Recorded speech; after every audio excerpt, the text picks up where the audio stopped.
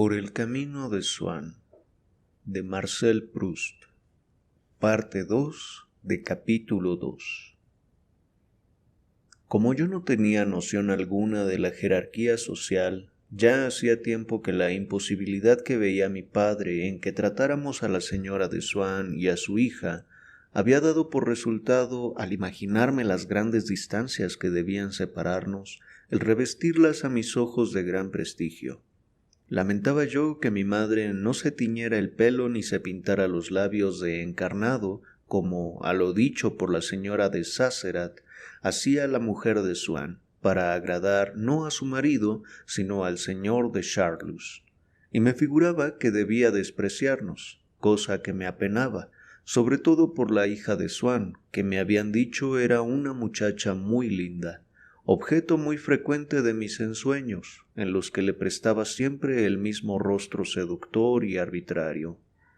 Pero cuando supe aquel día que la señorita de Swann era un ser de tan rara condición que se bañaba, como en su elemento natural, en tales privilegios, que cuando preguntaba si había alguien invitado a cenar, recibía por respuesta esas sílabas llenas de claridad, ese nombre de un invitado de oro, que para ella no era más que un viejo amigo de casa, Bergotte, y que la charla íntima en la mesa de su casa, lo que equivalía para mí a la conversación de mi tía, la componían palabras de Bergotte, referentes a temas que no abordaba en sus libros, juicios que yo habría escuchado como oráculos. Y por último, que cuando ella iba a ver una ciudad llevaba al lado a Bergotte, desconocido y glorioso, como los dioses que descienden a mezclarse con los mortales. Entonces sentía al mismo tiempo que el valor de un ser como la señorita de Swann, cuán tosco e ignorante debía yo parecerle, y eran tan vivos los sentimientos de la dicha y la imposibilidad que para mí habría en ser su amigo, que a la vez me asaltaban el deseo y la desesperación.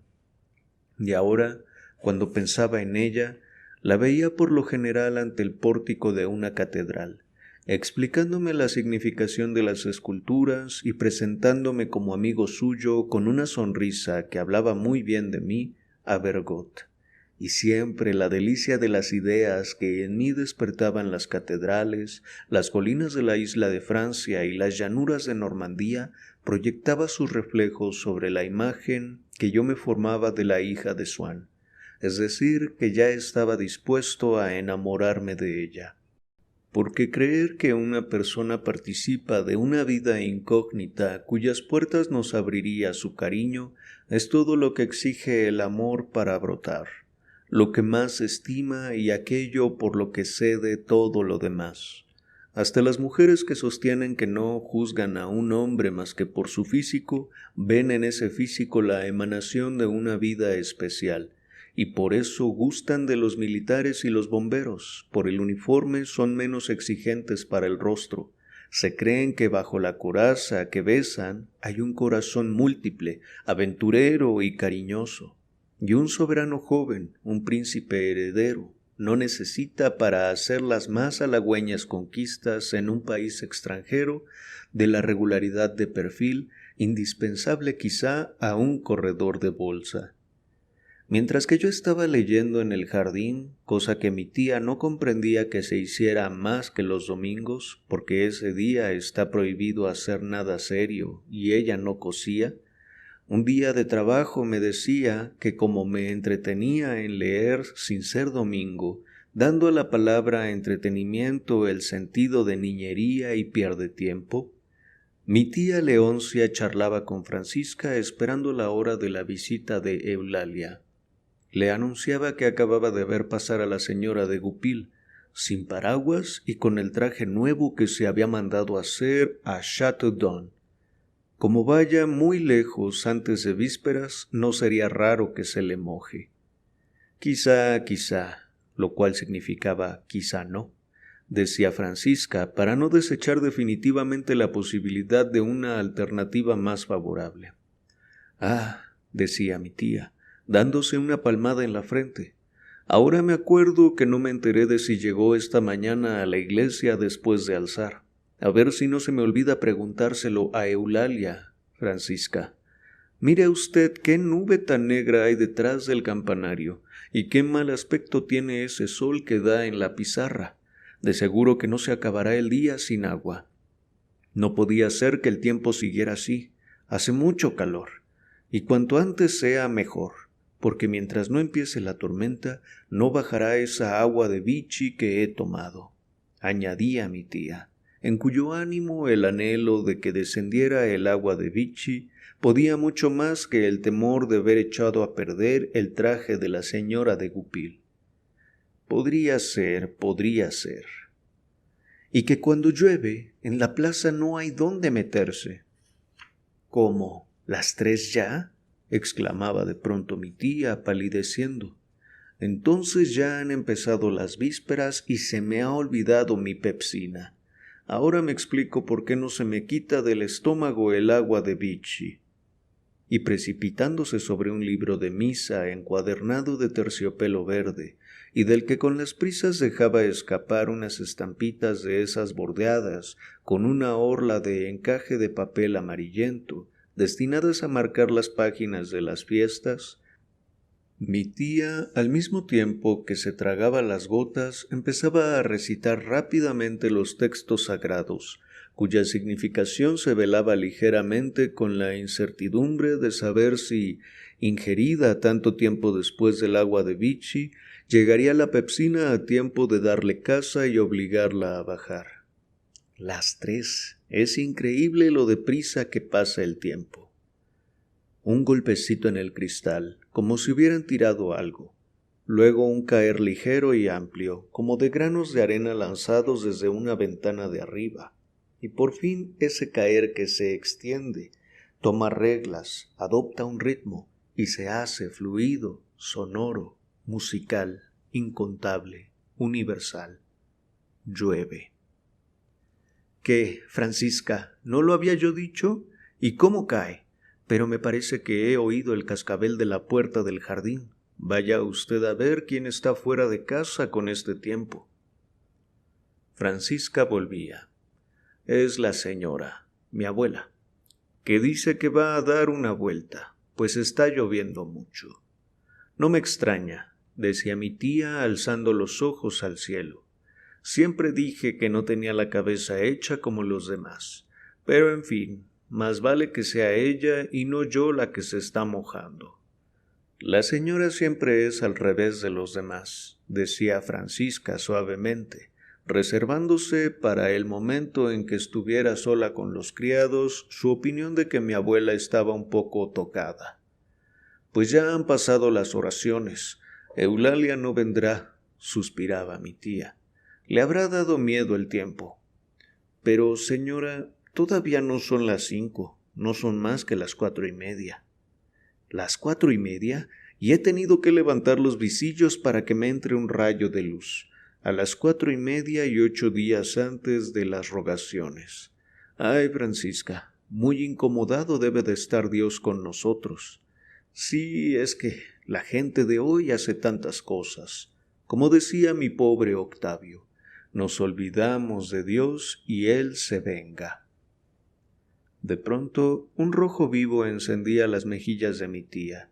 Era Eulalia, pero desdichadamente apenas Francisca la había introducido, cuando tornaba a entrar y con sonrisa encaminada a ponerse al unísono con la alegría que según creía ella causarían a mi tía sus palabras, y articulando las sílabas para hacer ver que, a pesar del estilo indirecto, repetía fielmente y como buena criada las mismas palabras que se dignara pronunciar el visitante, decía: «El señor cura tendría un placer, un gusto vivísimo en poder saludar a la señora, si no está descansando.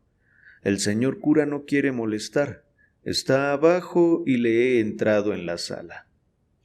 En realidad, las visitas del señor cura no daban a mi tía tanto gusto como Francisca suponía, y el aspecto de júbilo que ésta se consideraba como obligada a adoptar cada vez que tenía que anunciarle no respondía por completo a lo que sentía la enferma.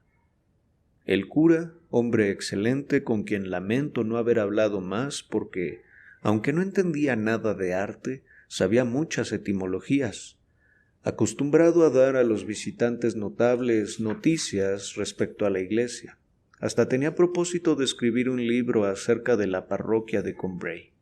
La cansaba con explicaciones interminables y siempre iguales. Pero cuando llegaba al mismo tiempo que Eulalia, su visita era francamente desagradable a mi tía. Hubiera preferido aprovecharse bien de Eulalia y no tener a dos personas a la vez, pero no se atrevía a negarse al cura, y se limitaba a indicar a Eulalia con una seña que no se fuera con él, y que se quedara un rato con ella cuando el cura se hubiera marchado. «Señor cura, me han dicho que un artista ha plantado su caballete en su iglesia de usted para copiar una vidriera. Yo puedo asegurar que en todos mis años, que ya son muchos, nunca oí hablar de semejante cosa. ¿Qué cosas va a buscar la gente hoy en día?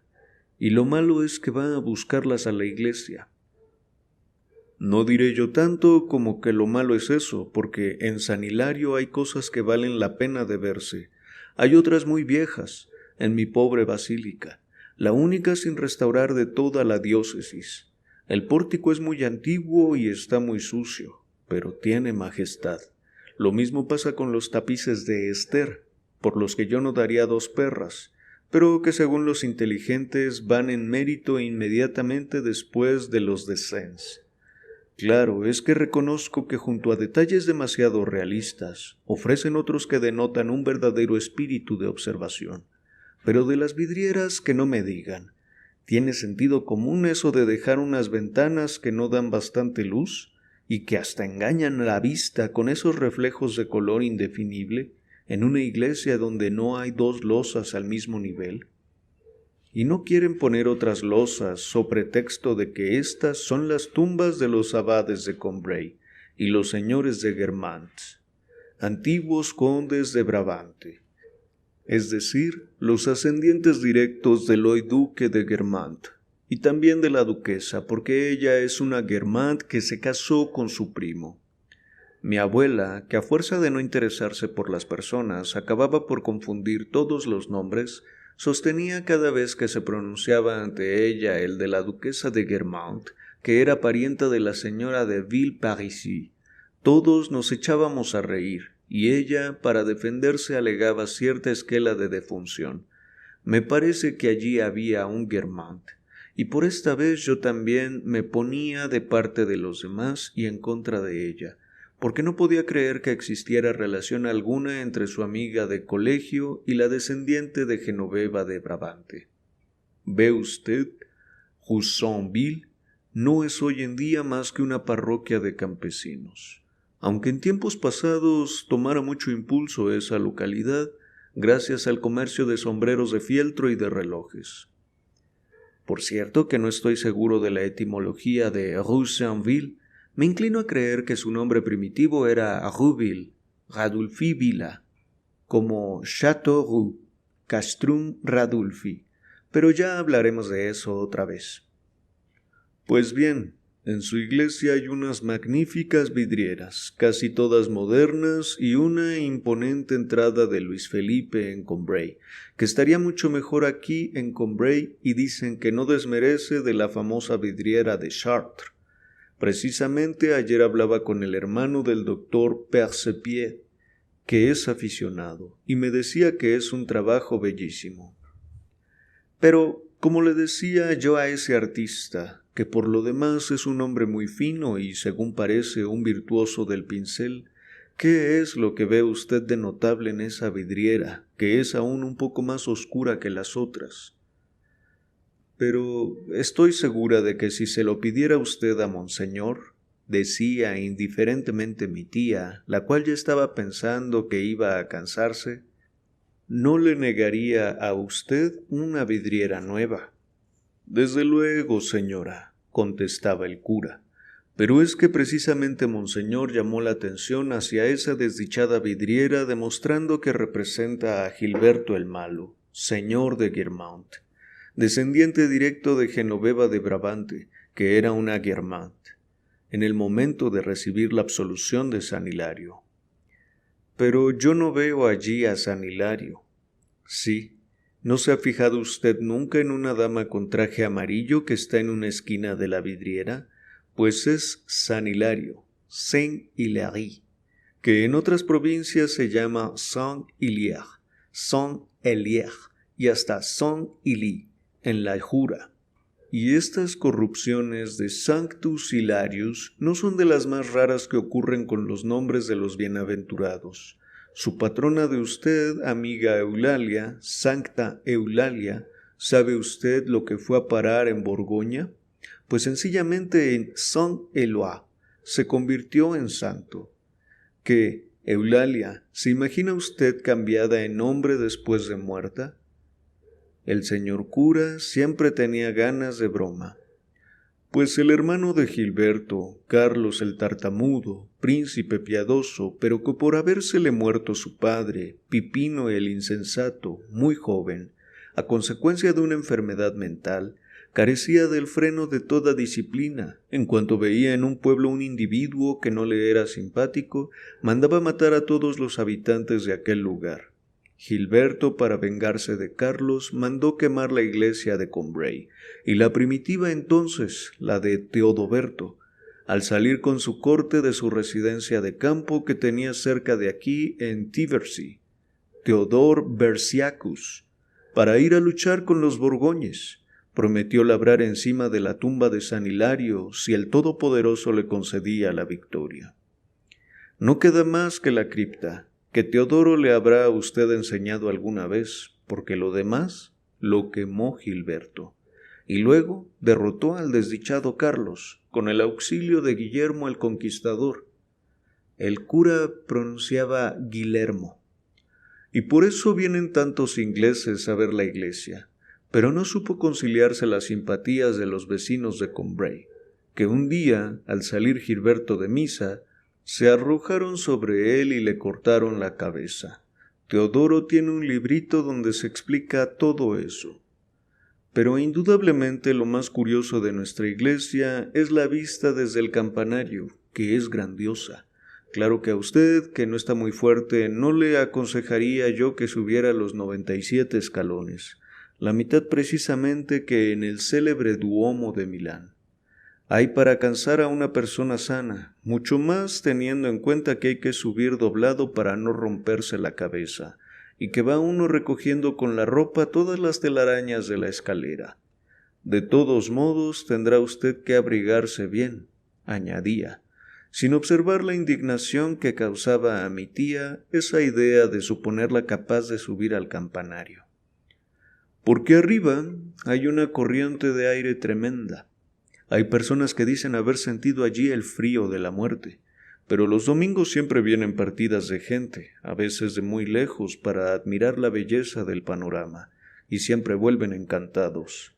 Mire usted, precisamente el domingo que viene encontraría usted gente porque son las rogaciones, y hay que confesar que desde allá arriba hay un panorama mágico, con unos vislumbres de la llanura a lo lejos que tiene un carácter muy particular.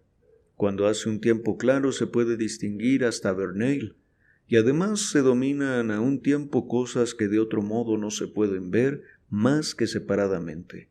Por ejemplo, el curso del Vivonne y los fosos de Saint-Assise-le-Combray, que están separados del río por una cortina de árboles muy grande, o los distintos canales de Jouy-le-Vicomte, Gaudiacus vice comitis, como sabe usted.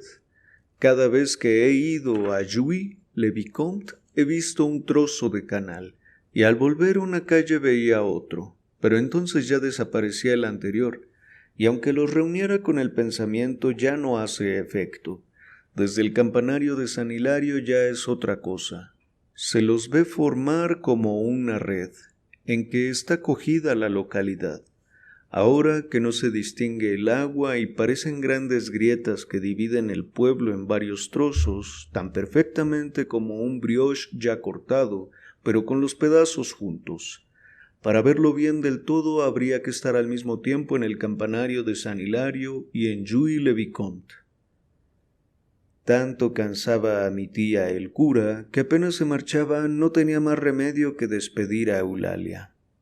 «Tenga usted, pobre Eulalia», decía con voz feble, sacando una moneda de una bolsita que tenía al alcance de la mano.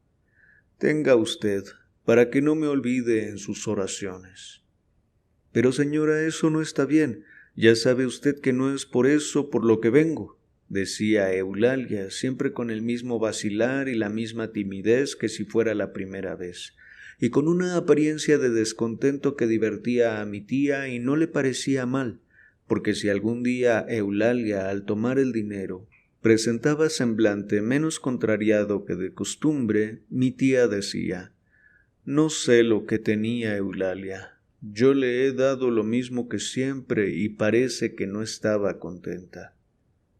«Pues no puede quejarse», suspiraba Francisca, que tendía a considerar como calderilla todo lo que mi tía le daba para ella o para sus hijos, y como tesoros derrochados localmente por una ingrata las piezas depositadas todos los domingos en la mano de Eulalia, con tanta discreción que Francisca no llegó a verlas nunca.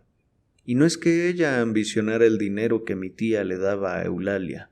Ya gozaba bastante del caudal de mi tía al saber que las riquezas del ama ensalzan y hermosean al mismo tiempo a la sirviente, y que ella, Francisca, era persona insigne y glorificada en Combray, Jouy-le-Vicomte y otros lugares, por lo numeroso de las haciendas de mi tía, la frecuencia y duración de las visitas del cura, y la gran cantidad de botellas de agua de Vichy que se consumía. Era avara por mi tía, y de haber administrado su fortuna, lo cual era su sueño, la habría defendido de los ataques ajenos con ferocidad maternal. No le hubiera parecido mal que mi tía, cuya incurable generosidad conocía, se alargara a dar siempre que fuera a personas ricas. Quizás pensaba que los ricos, como no tenían necesidad de los regalos de mi tía, no podían ser sospechosos de quererla por sus dádivas. Además, estas dádivas hechas a personas de gran posición económica, como la señora de Sacerat, Swann, Le Grand Dame o la señora de Goupil, entre personas del mismo rango que mi tía y que podían codearse, se le representaban como un aspecto de los usos de aquella vida extraña y brillante de los ricos que dan bailes y se visitan, vida que Francisca admiraba sonriente. Pero ya no era lo mismo si los beneficiarios de la generosidad de mi tía eran de aquellos que Francisca llamaba gente como yo, gente que no es más que yo, y que le inspiraban desprecio, a no ser que la llamasen señora Francisca, y se consideraran menos que ella. Y cuando vio que a pesar de sus consejos mi tía hacía su voluntad y nada más, y tiraba el dinero, por lo menos Francisca así lo creía, con seres indignos, empezaron a parecerle muy parvos los regalos que su ama le hacía, comparados con las cantidades imaginarias prodigadas a Eulalia. Y para Francisca no había en los alrededores de Combray hacienda lo bastante considerable para que no le pudiera adquirir Eulalia con el producto de sus visitas. Cierto que Eulalia hacía la misma evaluación de las riquezas inmensas y ocultas de Francisca. Por lo general, en cuanto Eulalia se iba, comenzaba Francisca a hacer malévolas profecías a cuenta de ella. Odiábala, pero le tenía miedo, y se consideraba obligada mientras estuviera en casa a ponerle buena cara. Pero cuando se había marchado se cobraba, sin nombrarla nunca, a decir verdad, pero profiriendo oráculos sibilinos o sentencias de un carácter general como las de Eclesiastés, pero cuya aplicación no podía escapar a mi tía. Después de mirar por un rincón del visillo si ya había cerrado la puerta a Eulalia, decía: «Los aduladores siempre saben caer a punto y recoger las pepitas, pero paciencia, que ya los castigará Dios algún día». Y lo decía con el mismo mirar de lado y la misma insinuación de Joás, cuando, pensando exclusivamente en Natalia, dice: «Le bonheur des méchants, comme un torrent s'écoule». Pero cuando el cura había estado tan bien de visita, tan interminable que agotaba las fuerzas de mi tía, Francisca se marchaba del cuarto detrás de Eulalia diciendo: «Señora, voy a dejarla a usted descansar porque tiene usted aspecto de cansancio». Mi tía ni siquiera contestaba, exhalando un suspiro que parecía el último, con los ojos cerrados y como muerta. Pero apenas había llegado abajo Francisca, sonaban por toda la casa 4 campanillazos violentísimos, y mi tía, sentada en la cama, gritaba: ¿Se ha ido ya Eulalia? ¿Le parece a usted que se me ha olvidado preguntar si la señora de Goupil llegó a misa después de alzar? Corra usted a ver si la alcanza. Pero Francisca volvía sin haberlo logrado. ¡Qué fastidio!, decía mi tía sacudiendo la cabeza. Lo único importante que le tenía que preguntar. Y así se iba pasando la vida para mi tía Leoncia, siempre idéntica en la dulce uniformidad de lo que ella llamaba con desdén fingido y profunda ternura su rutina, guardada por todo el mundo, no solo en casa, donde todos, después de haber comprobado la inutilidad de darle un consejo de mejorar de higiene, se habían resignado a respetarla, sino en el pueblo donde, a 3 calles de distancia, el embalador, antes de ponerse a clavetear, mandaba preguntar a Francisca si mi tía no estaba descansando. Aquella rutina se vio quebrantada por una vez ese año, y fue porque, lo mismo que un fruto escondido llega a sazón sin que nadie se dé cuenta y se desprende espontáneamente, la moza una noche salió de su cuidado, pero sufrió dolores intolerables, y como en Combray no había comadrona, Francisca tuvo que ir por una Tyversy antes de que amaneciera. Los gritos de la moza no dejaron dormir a mi tía, y como Francisca volvió muy tarde, a pesar de lo corto de la distancia, la echó mucho de menos. Así que mi madre me dijo por la mañana: «Sube a ver si tu tía necesita algo». Entré en la primera habitación y por la puerta abierta vi a mi tía durmiendo echada de lado. La vi que roncaba ligeramente. Ya iba a marcharme muy despacito, pero sin duda el ruido que hice se entremetió en su sueño y le cambió de velocidad, como dicen en los automóviles, porque la música de los ronquidos se interrumpió un instante y siguió luego un tono más abajo, hasta que por fin se despertó, volviendo a medias la cara, que entonces pude ver. Pintábase en ella algo como terror. Sin duda había tenido un sueño terrible. Tal como estaba colocada no podía verme, y yo me estuve allí sin saber lo que hacer, si adelantarme o salir. Pero ya mi tía parecía volver al sentimiento de la realidad y haber reconocido lo falaz de las visiones que le asustaran. Una sonrisa de gozo, de piadosa gratitud al Creador, que deja que la vida sea menos cruel que los sueños, iluminó débilmente su rostro, y con aquella su costumbre de hablarse a sí misma a media voz, cuando creía que estaba sola, murmuró: «Alabado sea Dios, no tenemos más preocupación que esta del parto de la moza, pues no había soñado que mi pobre Octavio resucitaba y quería hacerme dar un paseo diario». Tendió la mano hacia el rosario que estaba en la mesita, pero el sueño que tornaba no le dejó fuerzas para cogerle, y volvió a dormirse tranquila. Entonces salí a paso de lobo del cuarto, sin que ni ella ni nadie haya sabido nunca lo que yo acababa de oír. Al decir que aparte de los sucesos muy raros como aquel alumbramiento, la rutina de mi tía no sufría jamás variación alguna, no cuento las que, por repetirse siempre idénticas y con intervalos regulares, no producían en el seno de la uniformidad más que una especie de uniformidad secundaria. Así, todos los sábados, como Francisca tenía que ir por la tarde al mercado de Rue Saint-Ville-le-Pont, se adelantaba 1 hora el almuerzo, para todos, y mi tía se acostumbró tan perfectamente a esta derogación semanal de sus hábitos que tenía tanto apego a esta costumbre como a las demás, y tanto se había arrutinado, como decía Francisca, que si algún sábado hubiera tenido que esperar la hora habitual del almuerzo, aquello la habría sacado de sus casillas, tanto como el tener que adelantar su almuerzo a la hora del sábado en otro día cualquiera. Este adelanto del almuerzo prestaba al sábado, para nosotros todos, una fisonomía particular, indulgente y muy simpática. En ese momento en que por lo general nos queda aún una hora que vivir antes del descanso de la comida, sabíamos que iban a llegar a los pocos segundos unas escarolas precoces, una tortilla de favor y un bistec inmerecido.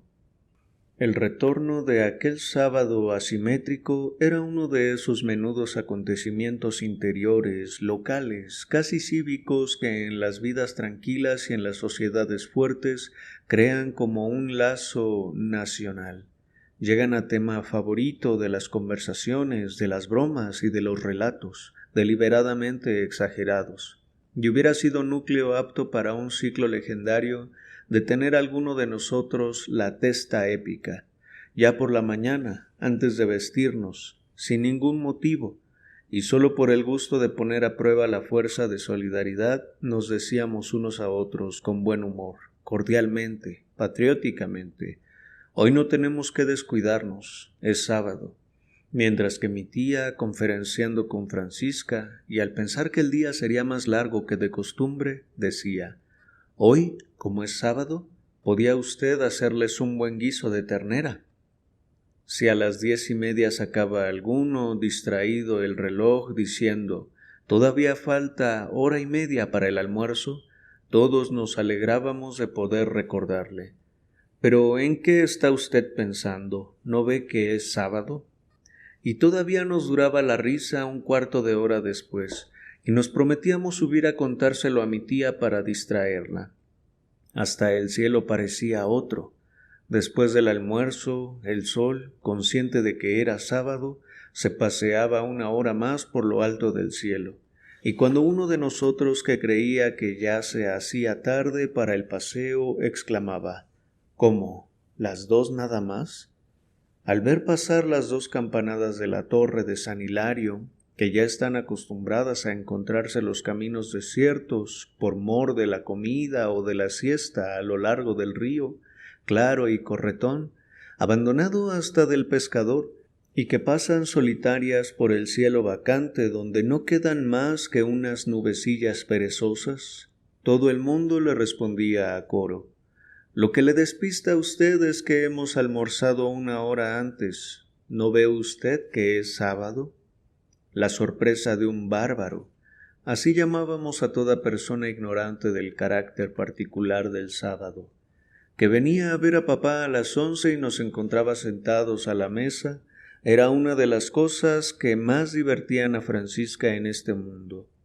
Pero por mucho que la regocijara el hecho de que el desconcertado visitante ignorara que los sábados almorzábamos antes, aún le parecía más cómico, simpatizando en el fondo con esa estrecha patriotería, que a mi padre no se le ocurriera que el bárbaro podía ignorarlo y contestara sin más explicaciones a su asombro al vernos ya sentados a la mesa: «Pero hombre, es sábado». Y cuando Francisca llegaba a este punto del relato, tenía que secarse lágrimas de risa, y para acrecer su regocijo prolongaba el diálogo, inventaba una respuesta del visitante a quien aquello del sábado no decía nada, y muy lejos de quejarnos de sus adiciones, todavía nos sabía a poco, y le decíamos: «Me parece que dijo algo más. La primera vez que lo contó usted era más largo». Y hasta mi tía dejaba su labor y alzando la cabeza miraba por encima de sus lentes. Tenía además el sábado otra cosa de notable, y es que en el mes de mayo los sábados íbamos, después de cenar, al mes de María. Como allí solíamos encontrarnos al señor Vintale, muy severo para con esa lamentable casta de jóvenes descuidados, con ideas de la época actual, mi madre se cuidaba mucho de que nada flaqueara en mi porte exterior y nos marchábamos a la iglesia. Recuerdo que fue en el mes de María cuando empecé a tomar cariño a las flores de espino. En la iglesia tan santa, pero donde teníamos derecho a entrar, no solo estaban posadas en los altares, inseparables de los misterios en cuya celebración participaban, sino que dejaban correr entre las luces y los floreros santos sus ramas atadas horizontalmente unas a otras, en aparato de fiesta, y embellecidas aún más por los festones de las hojas, entre las que lucían profusamente sembrados, como en la cola de un traje de novia, los ramitos de capullos blanquísimos. Pero sin atreverme a mirarlas más que a hurtadillas, bien sentía que aquellos pomposos atavíos vivían y que la misma naturaleza era la que, al recortar aquellos festones en las hojas y añadirles el supremo exorno de los blancos capullos, elevaba aquella decoración al rango de cosa digna de lo que era regocijo popular y solemnidad mística a la vez. Más arriba abríanse las corolas, aquí y allá, con desafectada gracia, reteniendo con negligencia suma, como último y vaporoso adorno, el ramito de estambres, tan finos como hilos de la Virgen, y que les prestaban una suave veladura. Y cuando yo quería seguir e imitar en lo hondo de mi ser el movimiento de su florescencia, le imaginaba como el cabeceo rápido y voluble de una muchacha blanca, distraída y vivaz, con mirar de coquetería y pupilas diminutas. El señor Vintail venía a sentarse con su hija a nuestro lado, persona de buena familia. Había sido profesor de piano de las hermanas de mi abuela, y cuando murió su mujer, aprovechando una herencia que tuvo, se retiró a vivir cerca de Combray, e iba a casa de visita con frecuencia, pero como era excesivamente pudibundo, dejó de ir a casa para no encontrarse con Swann, que había hecho a su parecer una boda que no le correspondía, de esas de hoy día. Mi madre, al saber que componía música, le dijo por amabilidad que cuando ella fuera a su casa tenía que tocar alguna composición de las suyas, cosa que hubiera agradado mucho al señor Vintail, pero llevaba la cortesía y la bondad a tal punto de escrúpulo, que se colocaba siempre en el lugar de los demás, y tenía miedo de aburrirlos y parecer egoísta si seguía, o si sencillamente dejaba adivinar sus deseos. Mis padres me llevaron con ellos el día que fueron a verle y me permitieron que me quedara en el jardín, como la casa del señor Vintail, Montjouvent, tenía por la parte de atrás un montículo breñoso. Me fui a esconder allí y me encontré con que estaba a la altura de la sala del segundo piso y a una distancia de medio metro de la ventana.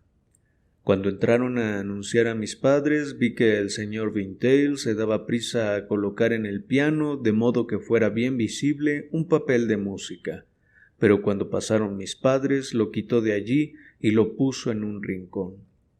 Sin duda temía inspirar a mis padres la sospecha de que se alegraba de verlos, solo por tocar una obra suya, y cada vez que durante la visita volvió mi madre a la carga repetía: «Pero yo no sé quién puso eso en el piano, porque no es su sitio», y desviaba la conversación hacia otros temas, precisamente porque esos le interesaban menos. Su pasión era su hija, la cual con sus modales de chico tenía tal apariencia de robustez que no podía uno por menos de sonreír al ver las precauciones que su padre tomaba con ella, y cómo tenía siempre a mano chales suplementarios para abrigarle los hombros. Mi abuela nos había hecho notar la expresión bondadosa, delicada y tímida que cruzaba muy a menudo por la mirada de aquella niña tan ruda, y que tenía el rostro lleno de pecas. Cuando acababa de pronunciar una palabra, oíala con la mente de la persona a quien iba dirigida, se alarmaba por las malas interpretaciones que pudieran dársele, y bajo la figura hombruna de aquel diablo se alumbraban y se recortaban como por transparencia los finos rasgos de una muchacha llorosa. Cuando, antes de salir de la iglesia, me arrodillaba delante del altar, al levantarme sentía de pronto que se escapaba de las flores de espino amargo y suave olor de almendras, y advertía entonces en las flores unas manchitas rubias que, según me figuraba yo, debían esconder ese olor, y lo mismo que se oculta el sabor de un franchipán bajo la capa tostada, o el de las mejillas de la hija de Vintail detrás de sus pecas. A pesar de la callada quietud de las flores de espino, ese olor intermitente era como murmullo de intensa vida, lo cual prestaba al altar vibraciones semejantes a las de un seto salvaje, sembrado de vivas antenas cuya imagen nos la traían al pensamiento algunos estambres casi rojos que parecían conservar aún la virulencia primaveral y el poder irritante de insectos metamorfoseados ahora en flores. Al salir de la iglesia, hablábamos un momento con el señor Vintail delante del pórtico. Mediaba entre los chiquillos que se estaban peleando en la plaza, defendía a los pequeños y sermoneaba a los mayores. Si su hija nos decía con su vozarrón que se alegraba mucho de vernos, enseguida parecía que en su misma persona otra hermana más sensible se ruborizaba por estas palabras de muchacho irreflexivo, que quizá podrían hacernos creer que quería que la invitáramos a casa. Su padre le echaba una capa por los hombros, y ambos montaban en un cochecito que guiaba a la chica y se volvían a Montjouvan. A nosotros, como al día siguiente era domingo y nos levantaríamos tarde para la hora de misa mayor, cuando había luna y el tiempo estaba templado, en vez de volver a casa derechos, mi padre, enamorado de la gloria, nos llevaba a dar un paseo por el Calvario. Paseo que, por la escasa aptitud de mi madre para orientarse y saber por dónde iba, consideraba papá como hazaña de su genio estratégico. Llegábamos a veces hasta el viaducto, cuyas zancadas de piedra empezaban en la estación y representaban para mí el desierto y la desolación que reinaban más allá del mundo civilizado, porque todos los años, al venir de París, nos recomendaban que nos fijáramos en cuándo venía Combray y que no dejáramos pasar la estación, preparándonos bien porque el tren no paraba más que 2 minutos y se marchaba enseguida por el viaducto, saliéndose de las tierras de cristianos cuyo extremo límite marcaba para mí Combray. Volvíamos por el paseo de la estación donde estaban los hoteles más bonitos del lugar. La luna iba sembrando en los jardines, como Hubert Robert, un pedazo de marmórea escalinata, un surtidor y una verja entreabierta. Su luz había destruido la oficina de telégrafos. No quedaba más que una columna tronchada, pero bella como una ruina inmortal. Yo iba a rastras, me caía de sueño, y el olor de los tilos que embalsamaba el aire se me aparecía como una recompensa que sólo se logra a costa de grandes fatigas, y que no vale la pena lo que cuesta. De cuando en cuando, de detrás de las verjas, perros que despertábamos con nuestros pasos solitarios daban alternos ladridos, de esos que todavía oigo algunas veces, y en el seno de esos ladridos debió de ir a refugiarse el paseo de la estación. Cuando se construyó en su emplazamiento el parque público de Combray, porque dondequiera que me encuentre, en cuanto empiezan a sonar y a contestarse, le veo, con sus tilos y sus aceras iluminadas por la luna. De pronto mi padre nos paraba y preguntaba a mamá, ¿dónde estamos? Rendida por el paseo pero orgullosa de su esposo, mi madre reconocía cariñosamente que lo ignoraba en absoluto. Entonces él se encogía de hombros riéndose, y como si se la sacara del bolsillo de la americana al sacar la llave, nos mostraba allí en pie y delante de nosotros la puertecita trasera de nuestro jardín, que había venido con la esquina de la calle del Espíritu Santo a esperarnos al cabo de los caminos desconocidos. Mi madre admirada le decía, «Eres el demonio». Y desde aquel instante ya no necesitaba yo andar. El suelo andaba por mí en aquel jardín donde hacía tanto tiempo que la atención voluntaria había dejado de acompañar a mis actos. La costumbre acababa de cogerme en brazos y me llevaba a la cama como a un niño pequeño. Aunque el sábado, que empezaba 1 hora antes y en que no tenía a Francisca, transcurría más despacio que otro día cualquiera para mi tía, sin embargo, esperaba su retorno semanal impacientemente desde que comenzaba la semana, porque en el sábado se contenía toda la novedad y la distracción que su debilitada y maníaca naturaleza eran aún capaces de soportar. Y no es que a veces no aspirara a un gran cambio, que su vida careciera de esas horas excepcionales en que sentimos sed de algo distinto de lo existente, cuando las personas que por falta de energía o imaginación no saben sacar de sí mismas un principio de renovación. Piden al minuto que llega, al cartero que está llamando, que les traigan algo nuevo, aunque sea malo, un dolor, una emoción. Cuando la sensibilidad que la dicha hizo callar como arpa ociosa, quiere una mano que la haga resonar, aunque sea brutal, aunque la rompa.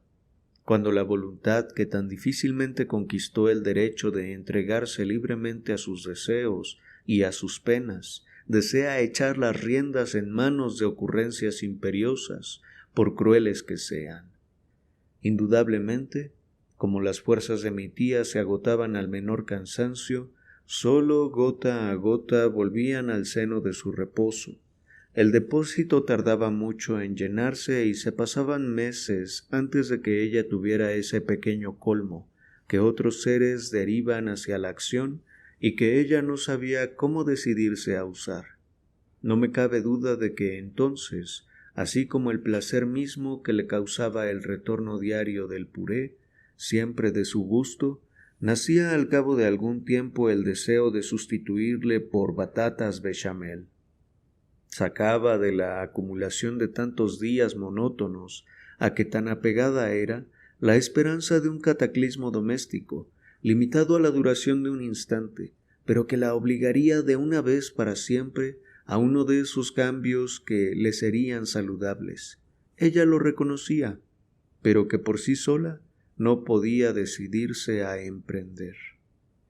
Nos quería de verdad, y le hubiera gustado llorarnos, y de dejar en una ocasión en que se encontrara ella bien y sin sudar la noticia de que la casa estaba ardiendo, de que ya habíamos perecido todos y de que pronto no quedaría ni una piedra en pie, aunque ella podría salvarse sin prisa con tal de que se levantara inmediatamente. Debió alimentar muchas veces sus esperanzas porque reunía las ventajas secundarias de hacerle saborear en un sentimiento único todo su cariño a nosotros y de causar el pasmo del pueblo presidiendo el duelo, abrumada y valerosa moribunda, pero en pie, la más preciosa ventaja de obligarla en el momento oportuno y sin perder tiempo y sin posibilidad de dudas molestas, a irse a pasar el verano a su hermosa hacienda de Mirugrón, que tenía una cascada y todo.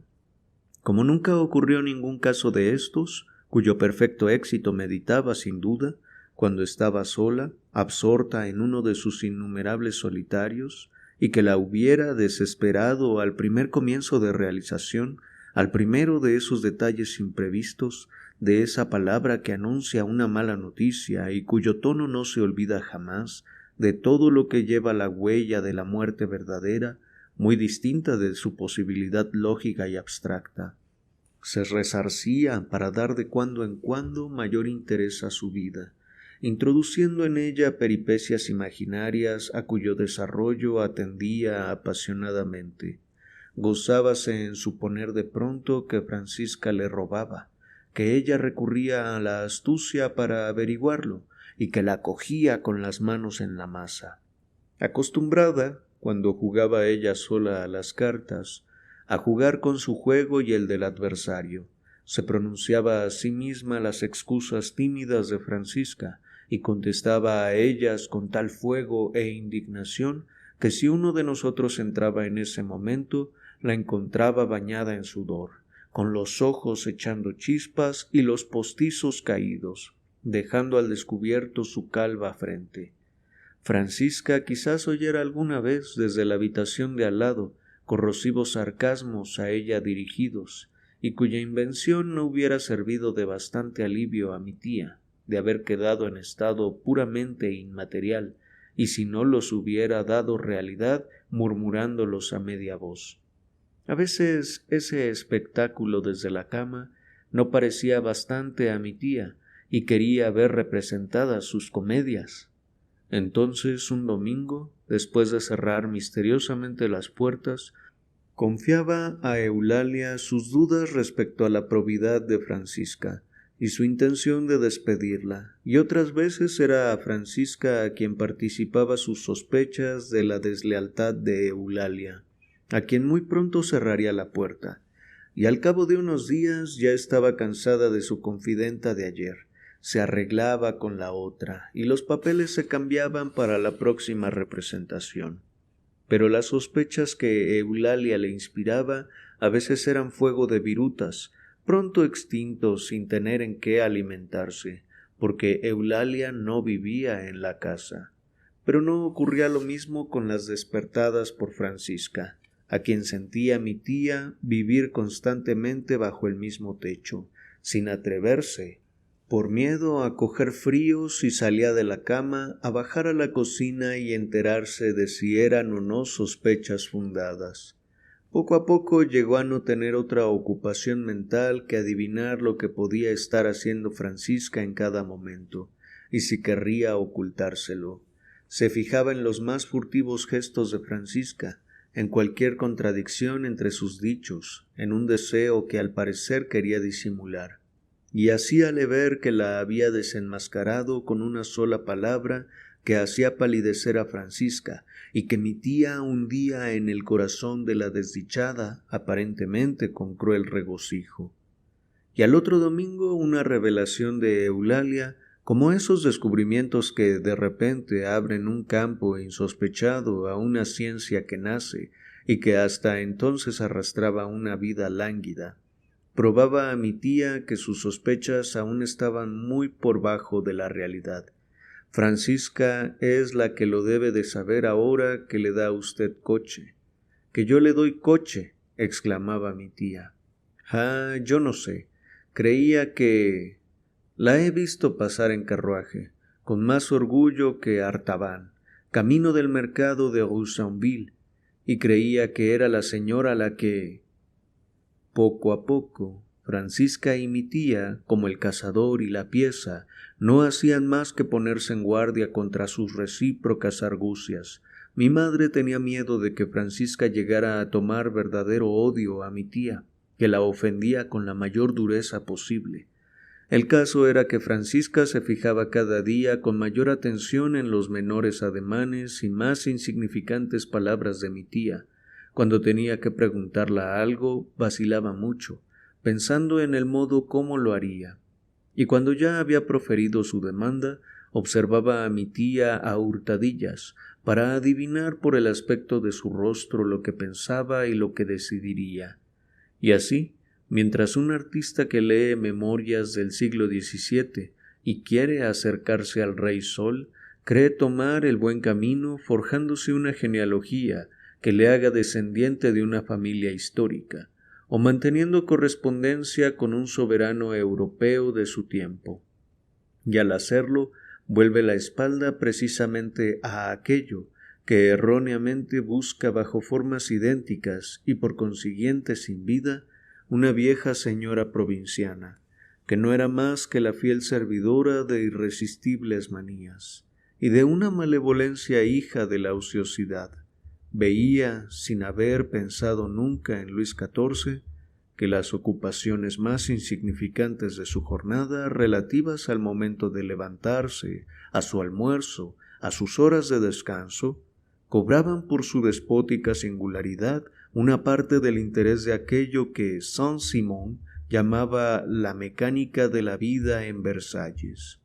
Y podía imaginarse ella también que su silencio, una nube de buen humor o de altanería en su rostro, eran comentados por parte de Francisca con la misma pasión y temor que el silencio, el buen humor o la altanería del rey cuando un cortesano o hasta un gran señor le habían entregado un memorial en un rincón de una alameda de Versalles.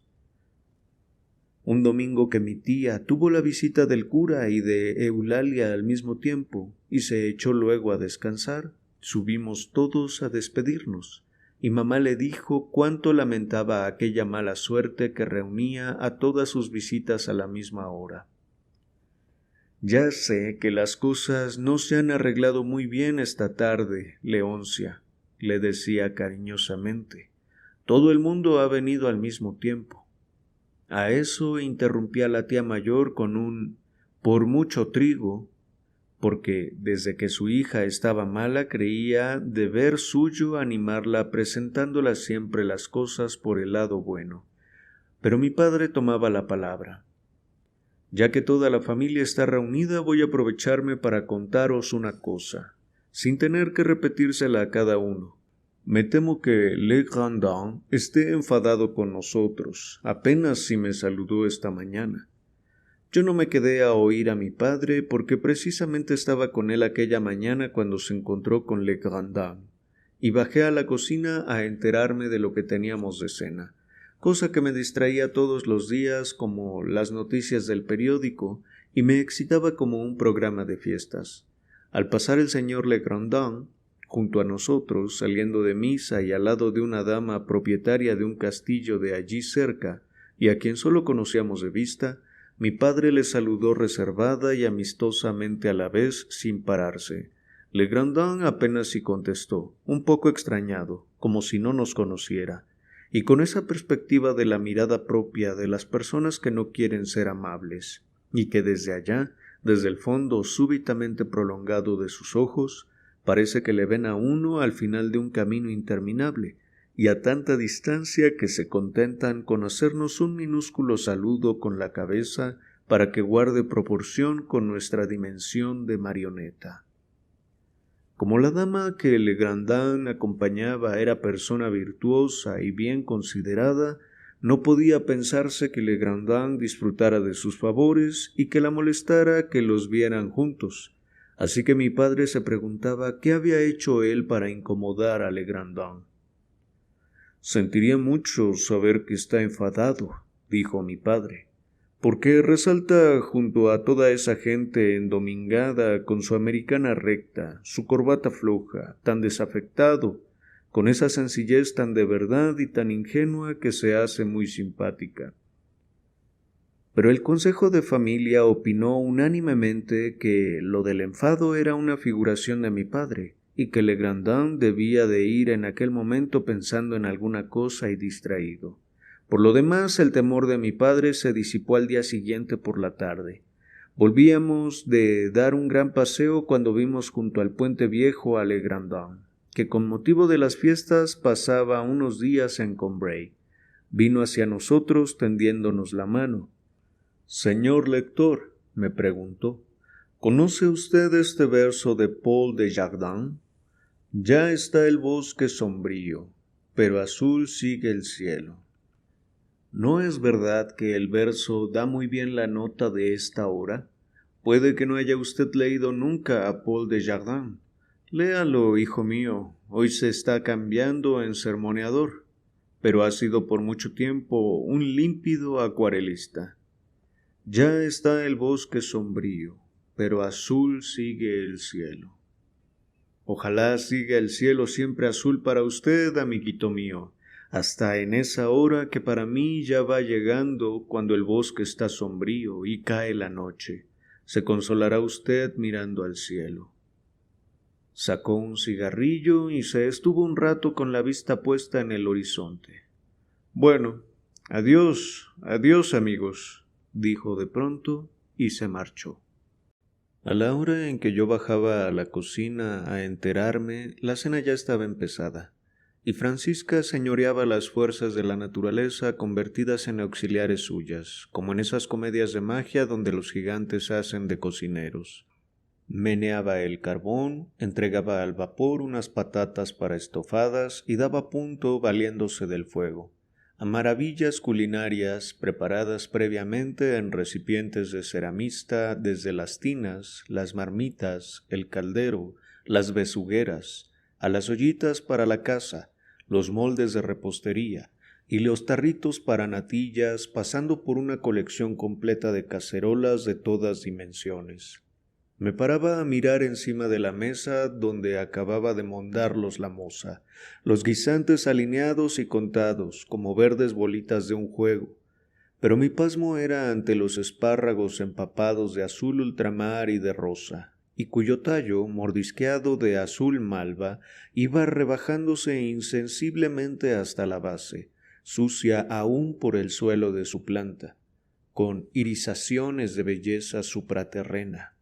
Parecía que aquellos matices celestes delataban a las deliciosas criaturas que se entretuvieron en metamorfosearse en verduras, y que a través del disfraz de su firme carne comestible transparentaban con sus colores de aurora naciente, sus intentos de arco iris y su languidez de noches azules.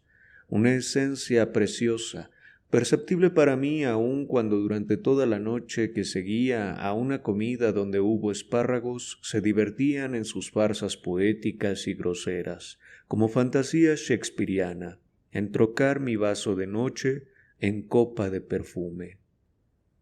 La pobre Caridad de Giotto, como Swann la llamaba, encargada por Francisca de recortarlos, los tenía al lado en una cesta, con cara de pena, como si estuviera sintiendo todo el dolor de la madre tierra, y las leves coronas azules que ceñían a los espárragos por cima de sus túnicas rosas se dibujaban tan finamente, estrella por estrella, como se dibujan en el fresco de Padua, las flores ceñidas en la frente de la virtud o prendidas en su canastilla.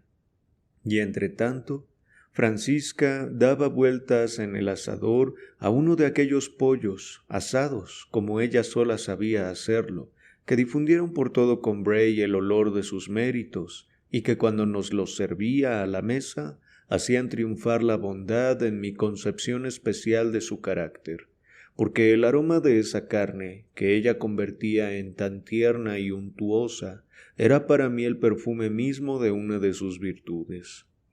Pero el día que bajé a la cocina mientras mi padre consultaba al consejo de familia respecto a su encuentro con Legrandin, era uno de aquellos en que la Caridad de Giotto, bastante mal aún por su reciente parto, no podía levantarse.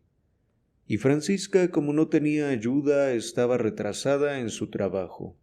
Cuando bajé la vi en la despensa que daba al corral matando un pollo, que con su resistencia desesperada y tan natural, acompañada por los gritos de Francisca que, fuera de sí, al mismo tiempo que trataba de abrirle el cuello por debajo de la oreja, chillaba: «¡Mal bicho! ¡Mal bicho!».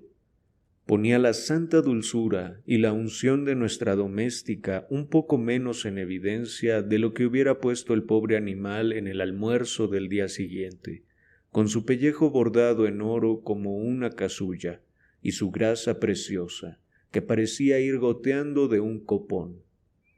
Cuando ya murió, Francisca recogió la sangre que iba corriendo sin sofocar su rencor, y aún tuvo un acceso de cólera, y mirando el cadáver de su enemigo, dijo por última vez: «Mal bicho».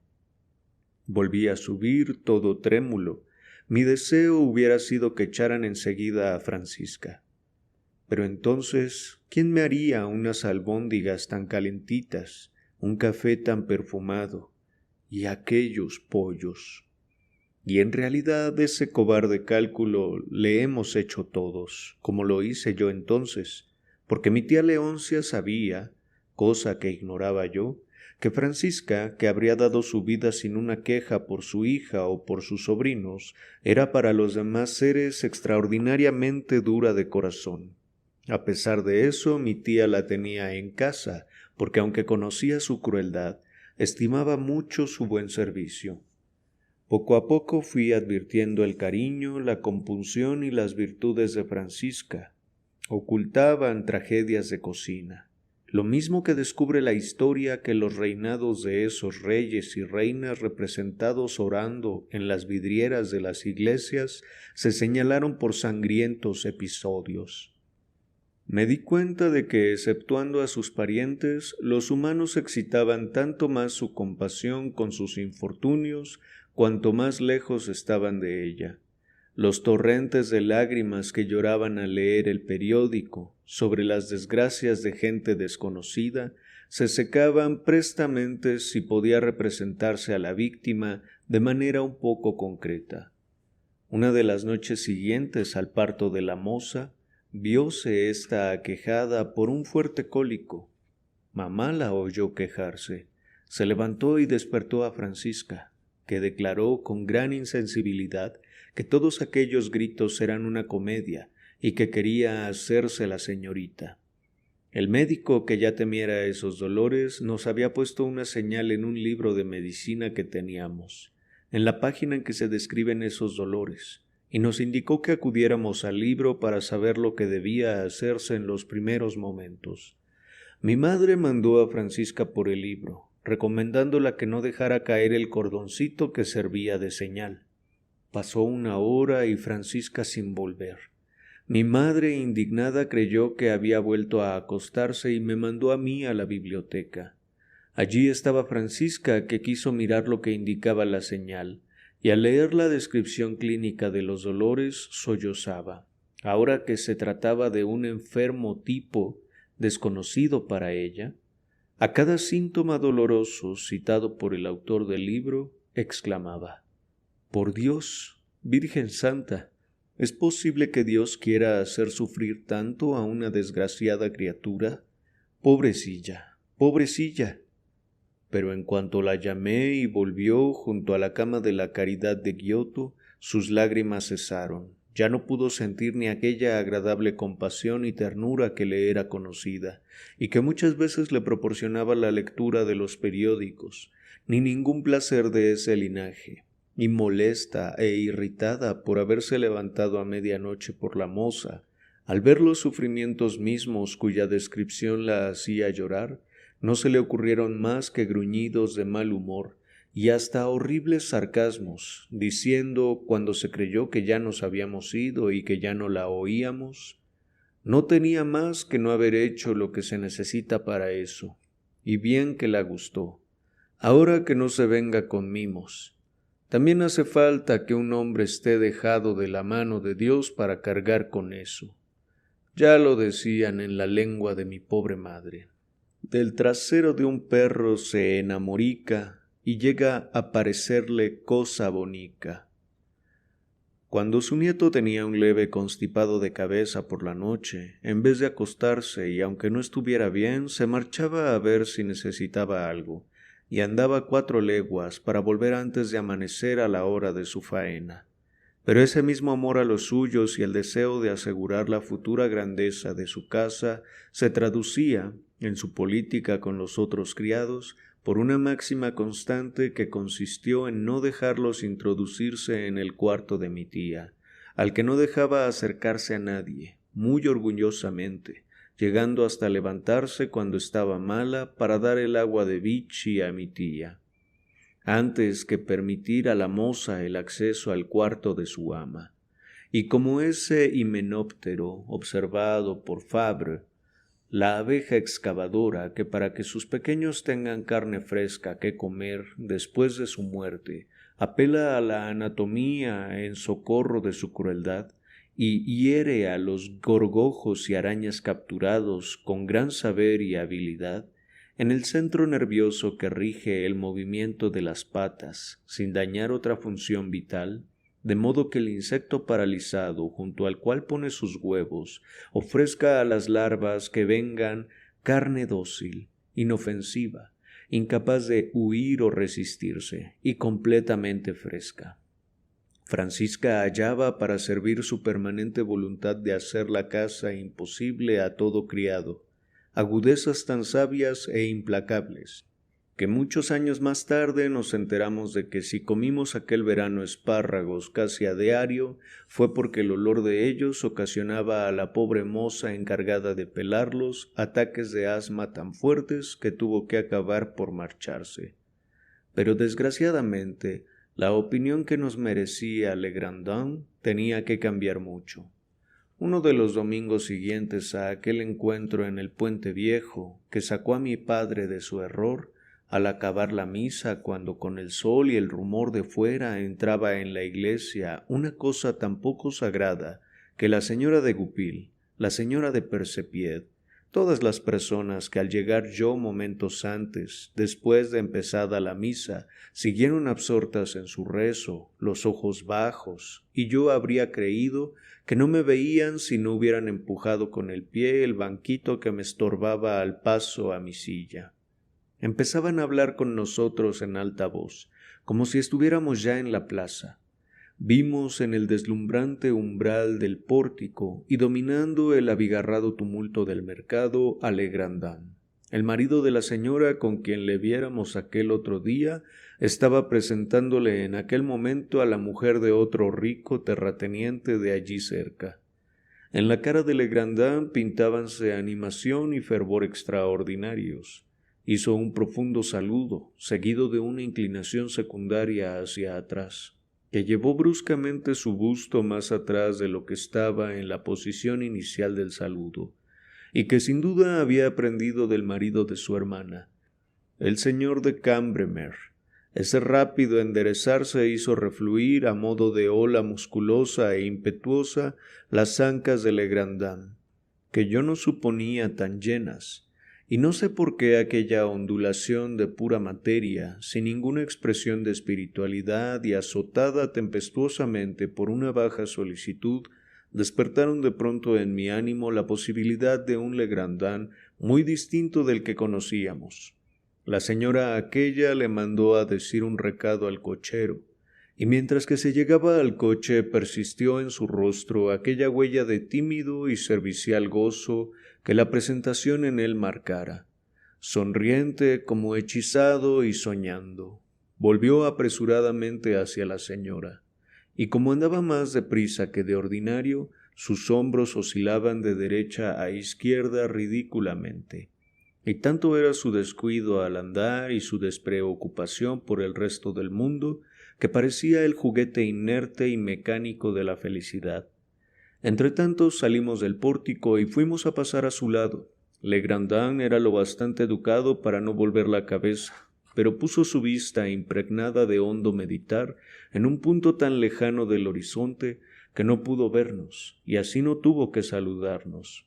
Y allí quedó tan ingenuo su rostro rematando una americana suelta y recta, que parecía un poco descarnada, sin quererlo, en medio de aquel detestado lujo. Y la chalina de pintas, agitada por el viento de la plaza, seguía flotando por delante de Legrandin, como estandarte de su altivo aislamiento y de su noble independencia. En el momento en que llegábamos a casa, notó mamá que se nos había olvidado la tarta, y rogó a mi padre que volviéramos a decir que la llevaran enseguida. Cerca de la iglesia nos cruzamos con Legrandin, que venía en dirección opuesta a la nuestra, acompañando a la señora de antes al coche. Pasó a nuestro lado sin dejar de hablar con su vecina, y nos hizo con el rabillo de sus ojos azules un gesto, que en cierto modo no salía de los párpados, y que, como no interesaba los músculos de su rostro, pudo pasar completamente ignorado de su interlocutora, pero que, queriendo compensar con lo intenso del sentimiento, lo estrechó del campo en que circunscribía su expresión.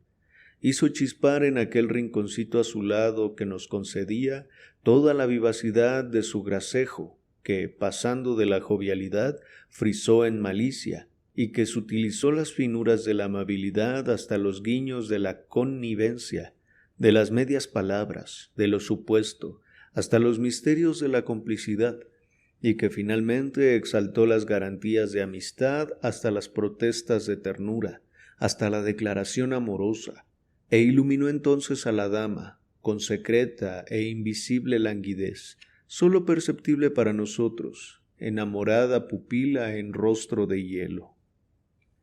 Precisamente el día antes había pedido a mis padres que me dejaran ir aquella noche a cenar con él. «Venga usted a hacer un rato de compañía a su viejo amigo», me dijo, «y como ese ramo que un viajero nos manda desde un país a donde nunca hemos de volver, hágame respirar, desde la lejanía de su adolescencia, esas flores primaverales por entre las que yo crucé también un día. Venga a casa y tráigame flores primaveras, barbas de capuchino, achicorias silvestres, cuencos de oro. Tráigame la flor de sedum con que se forma el ramo dilecto de la flora balsaciana, la flor del domingo de resurrección, margaritas y bolas de nieve de esas que empiezan a aromar el jardín de su tía cuando aún no se han fundido las bolas de nieve de verdad que trajeron las tormentillas de Pascua. Y tráigame la gloriosa vestidura de seda de la azucena, digna de Salomón, y el polícromo esmalte de los pensamientos. Pero ante todo, No se olvide de traerme el airecillo aún fresco de las últimas heladas, que entreabrirá para esas 2 mariposas que están esperando a la puerta desde esta mañana la primera rosa de Jerusalén. Dudaban en casa si a pesar de todo debían mandarme a cenar con el señor Legrandin, pero mi abuela se negó a admitir que hubiera estado grosero con nosotros. Ya sabéis perfectamente que viene aquí con toda sencillez, sin nada de hombre de mundo. Y declaró que de cualquier forma, y aun poniéndonos en lo peor, si en realidad estuvo grosero, más valía que hiciéramos como que no lo notamos. A decir verdad, hasta mi padre, que era el más enfadado con Legrandin por su actitud, abrigaba aún algunas dudas sobre lo que podía significar. Era una de esas actitudes o actos que revelan el carácter más hondo y oculto de un ser. No se eslabona con sus palabras anteriores, no nos la puede confirmar el testimonio del culpable, que no ha de confesar, y no tenemos otro testimonio que el de nuestros sentidos, que muchas veces, enfrentados con ese recuerdo aislado e incoherente, parecen haber sido juguete de una ilusión. De modo que esas actitudes, que son las únicas importantes, nos dejan muy a menudo en la duda. Cené con Legrandin en su terraza. Había luna. «Qué hermosa calidad de silencio hay esta noche», me dijo. «Para los corazones heridos como el mío», dice un novelista que ya leerá usted algún día, «lo único adecuado es la sombra y el silencio». Y sabe usted, hijo mío, llega una hora en esta vida, aún está usted muy lejos de ella, en que los ojos fatigados ya no toleran más que una luz esta que una noche, como la presente, prepara y destila en la oscuridad. Y cuando el oído no percibe otra música que la que toca la luna en el caramillo del silencio. Prestaba oídos a lo que decía el señor Legrandin, que siempre me parecía agradable, pero preocupado por el recuerdo de una mujer que había visto por vez primera recientemente. Y al pensar que Legrandin trataba a varias personalidades aristocráticas de las cercanías, se me ocurrió que quizá la conociera, y sacando fuerzas de flaqueza le dije: «¿Conoce quizá a las señoras del castillo de Guermantes?». Y sentía una especie de felicidad porque al pronunciar aquel nombre adquiriría como una especie de dominio sobre él, por el solo hecho de extraerle de mis sueños y darle una vida objetiva y sonora. Pero ante aquel nombre de Guermantes vi abrirse en los ojos azules de nuestro amigo una pequeña muesca oscura, como si los acabara de atravesar una punta invisible, mientras que el resto de la pupila reaccionaba segregando oleadas azules. Sus ojeras se ennegrecieron y se agrandaron, y la boca, plegada en una amarga arruga, se recobró antes, sonrió, mientras que el mirar seguía doliente, como el de un hermoso mártir que tuviera el cuerpo erizado de flechas.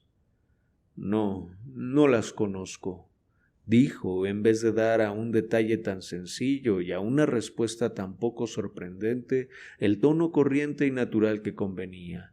La pronunció apoyándose en las palabras, inclinándose, saludando con la cabeza y a la vez con la insistencia que se da para merecer crédito a una afirmación inverosímil, como si eso de no conocer a las Guermantes fuera solo efecto de una rara casualidad. Y al mismo tiempo con el énfasis de una persona que, como no puede ocultar una cosa que le es molesta, prefiere proclamarla para dar a los demás la impresión de que la confesión que está haciendo no le fastidia y es fácil, agradable y espontánea, y que la cosa misma, el no conocer a las Guermantes, puede muy bien ser algo no impuesto, sino voluntario, derivado de alguna tradición familiar, principio de moral o voto místico que le prohibiera expresamente el trato con las Guermantes. «No», continuó explicando con las mismas palabras la entonación que les daba.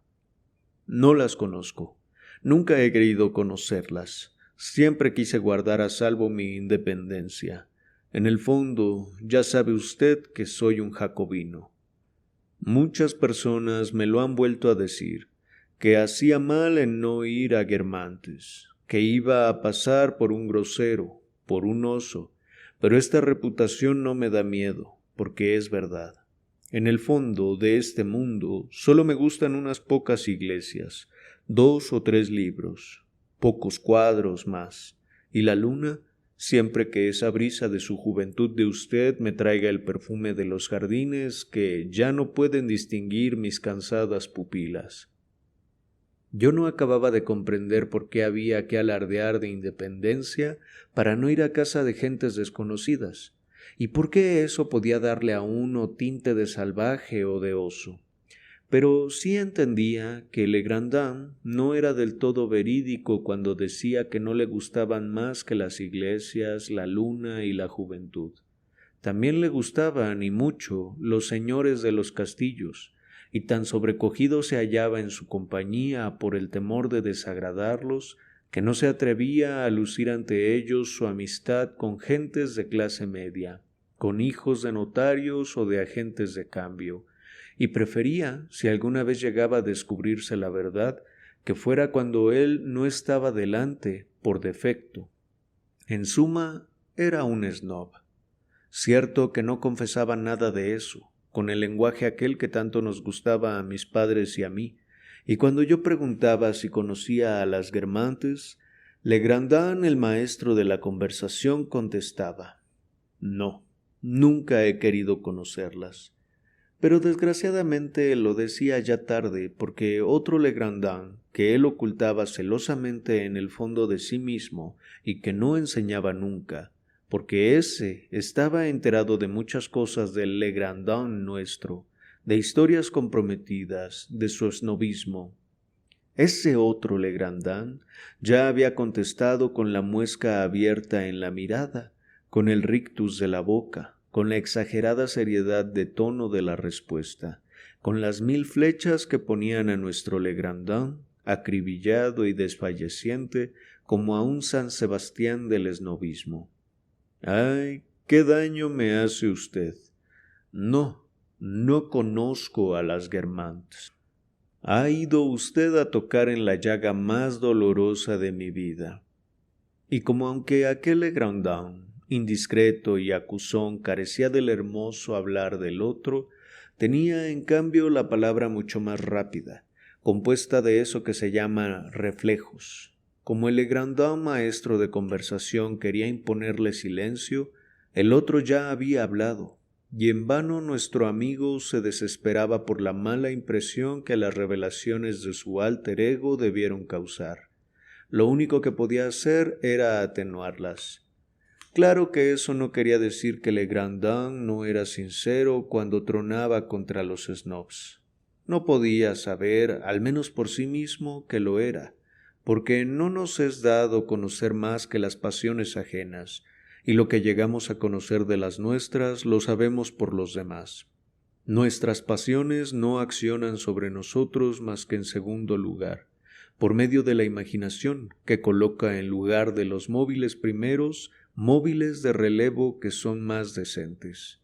Jamás el esnobismo de Legrandin le aconsejó ir a visitar a menudo a una duquesa. Lo que hacía era encargar a la imaginación de Legrandin que le representase a tal duquesa ceñida de todos los atractivos. Y Legrandin iba hacia la duquesa creyendo ceder a la seducción del ingenio y la virtud ignorada de esos infames snobs. Los demás eran los únicos que sabían que también él lo era, porque gracias a la incapacidad en que estaban de comprender el trabajo intermediario de su imaginación, veían una enfrente de otra la actividad mundana de Legrandin y su causa primera. Ahora en casa ya, no nos hacíamos ilusiones respecto al señor Legrandin, y se espaciaron mucho nuestras relaciones. Mamá se regocijaba grandemente cada vez que sorprendía a Legrandin en flagrante delito de aquel pecado que no confesaba y que seguía llamando el pecado sin remisión, el esnobismo. A mi padre, en cambio, le costaba trabajo tomar los desdenes de Legrandin con tal desprendimiento y buen humor, y un año en que pensó mi familia en mandarme a pasar las vacaciones del verano a Baalbek, acompañado de mi abuela, dijo: «Tengo que decir sin falta a Legrandin que vais a ir a Baalbek, a ver si se ofrece a presentaros a su hermana. Ya no debe acordarse de que nos dijo que su hermana vive a 2 kilómetros de allí». Mi abuela, que opinaba que en los baños de mar hay que estarse todo el día en la playa husmeando la sal y que más vale no conocer a nadie, porque las visitas y los paseos son otros tantos robos de aire de mar, pedía por el contrario que no habláramos de nuestro proyecto a Legrandin, porque ya estaba viendo a su hermana, aquella señora de Cambremer, bajando del coche en el hotel en el momento que íbamos a salir a pescar y obligándonos a quedarnos en casa para hacerle los honores. Pero mamá se reía de estos temores pensando en su fuero interno que el peligro no era muy amenazador y que Legrandin no se daría tanta prisa en ponernos en relación con su hermana. Pues bien, sin necesidad de sacarle la conversación de Baalbek, el mismo Legrandin, muy ajeno a que hubiéramos tenido nunca propósito de ir por allí, vino a enredarse en el lazo de una tarde que le encontramos por la orilla del río. «Hay en las nubes de esta tarde violetas y azules muy hermosos, ¿verdad, compañero?», dijo a mi padre. «Un azul sobre todo más floreal que aéreo, el azul de la cineraria, que choca mucho visto en el cielo. Y también esa nubecilla rosa tiene un tinte de flor, de clavel o de hidrangea. Solo en el Canal de la Mancha, entre Normandía y Bretaña, he podido hacer observaciones más copiosas sobre esta especie de reino vegetal de la atmósfera.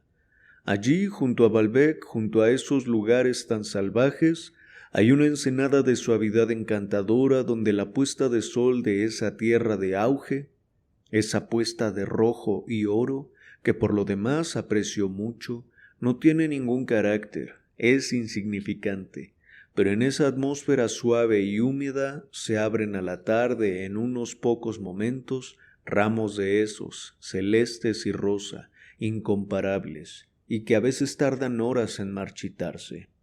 Hay otros que se deshojan enseguida, y aún es más hermoso el espectáculo de un cielo todo cubierto por el dispersarse de innumerables pétalos azafranados y rosa. En esa ensenada, que parece de ópalo, todavía son más femeninas las playas doradas, porque están atadas como rubias andrómedas a las terribles peñas de las costas próximas, a esa fúnebre costa, célebre por sus numerosos naufragios, y donde todos los inviernos sucumben tantas barcas al peligro del mar.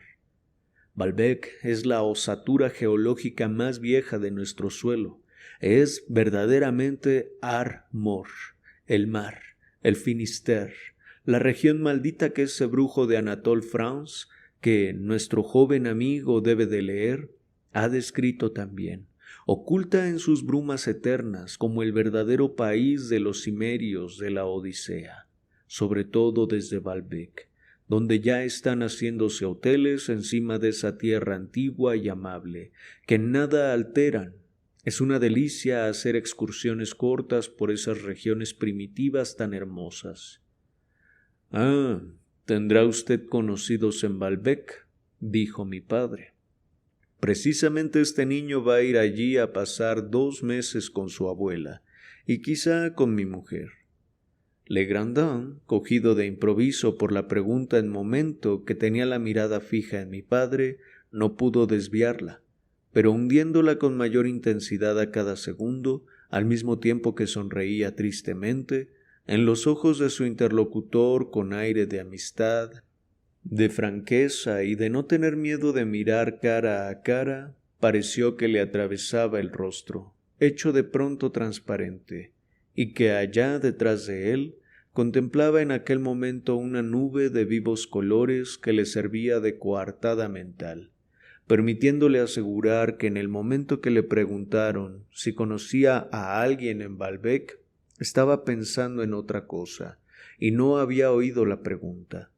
Por lo general, miradas de estas arrancan del interlocutor un «¿En qué está usted pensando?», Pero mi padre, irritado, curioso y cruel, volvió a decir: «Pues conoce usted muy bien esa región. ¿Es que tiene usted amigos por allá?». En un postrer y desesperado esfuerzo, la sonriente mirada de Legrandin llegó al máximum de ternura, de vaguedad, de sinceridad y de distracción, pero comprendiendo sin duda que no tenía más remedio que contestar, nos dijo: «Yo tengo amigos por doquiera que haya rebaños de árboles heridos, pero que no se dejan vencer y que se agrupan para implorar juntos, con patética obstinación, a un cielo inclemente que no se compadece de ellos». «No me refería a eso», dijo mi padre, tan terco como los árboles y tan implacable como el cielo. «Lo decía por si acaso ocurriera algo a mi suegra, para que no se sintiera tan sola. Allí, como en todas partes, conozco a todo el mundo, sin conocer a nadie», respondió Legrandin, que no se rendía fácilmente. «Conozco mucho a las cosas y poco a las personas, pero allí las cosas también parecen personas, seres raros de delicada esencia, engañados por la vida. Muchas veces se encuentra uno con un castillo encaramado en la costa junto al camino, parado allí para confrontar su pena con la noche rosada, por donde va subiendo una luna de oro, mientras que las barcas vuelven estriando las aguas jaspeadas, izada en los palos la llama de la luna y arbolados los colores lunares. Otras es una sencilla casa solitaria, feucha, de aspecto tímido pero novelesco, que oculta a todas las miradas un inmarcesible secreto de felicidad y desencanto. Ese país inverosímil, añadió con maquiavélica delicadeza, ese país de ficción no es buena lectura para un niño y no es el que yo escogería para mi amiguito, ya tan dado a la tristeza y con el corazón tan predispuesto. Los climas de confidencia amorosa y de nostalgia inútil acaso convengan a los viejos desengañados como yo, pero siempre son malsanos para un temperamento sin formar. «Créame usted», repitió con insistencia, «las aguas de esa bahía casi bretona ya, quizá ejerzan una influencia sedante en un corazón que ya no está intacto como el mío y cuya herida no tiene compensación, pero a su edad de usted, mocito, están contraindicadas. Buenas noches, vecinos», añadió, con aquella sequedad evasiva en el usual y volviéndose hacia nosotros, con el dedo tieso y admonitorio del médico, resumió su consulta. «Sobre todo, nada de Balbec antes de los 50 años, y eso según esté el corazón», nos gritó. Mi padre volvió a hablarle del asunto en ulteriores encuentros, le atormentó a preguntas, pero todo fue inútil. Lo mismo que aquel erudito estafador que empleaba en la confección de palimpsestos falsos un trabajo y un saber tales que sólo con la 100ª parte se hubiera ganado una posición más lucrativa, pero honrada.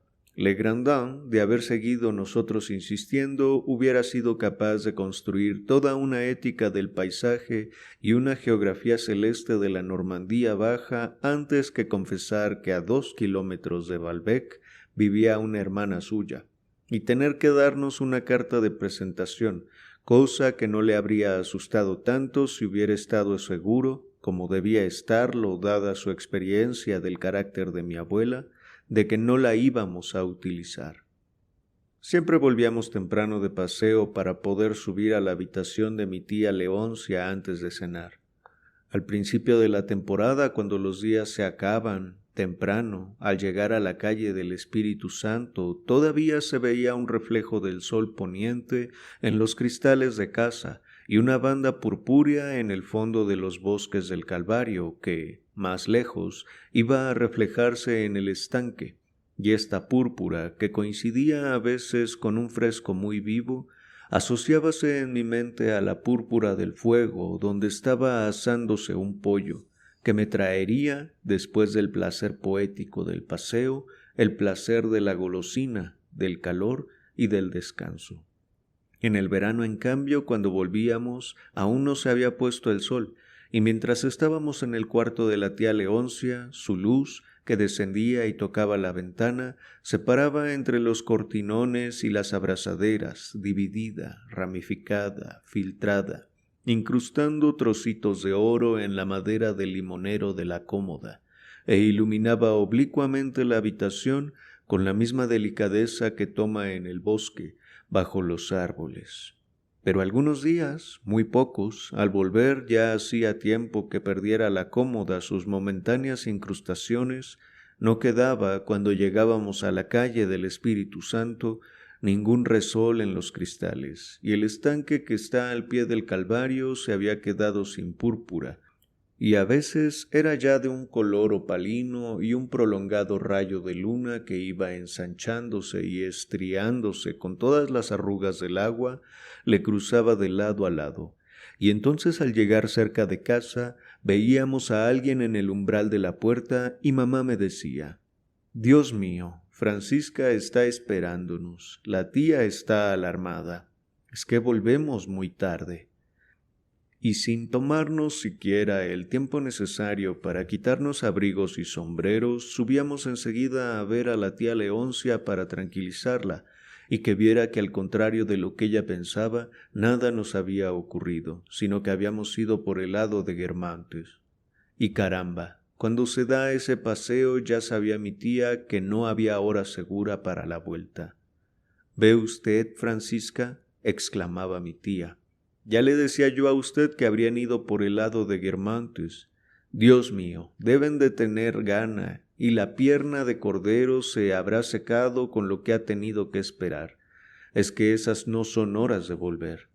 Claro, habéis ido por el lado de Guermantes». «Yo creí que ya lo sabía usted, Leoncia», decía mamá. «Creí que Francisca nos había visto salir por la puertecita del huerto, porque alrededor de Combray había 2 lados para ir de paseo, y tan opuestos que teníamos que salir de casa por distinta puerta, según quisiéramos ir por uno u otro.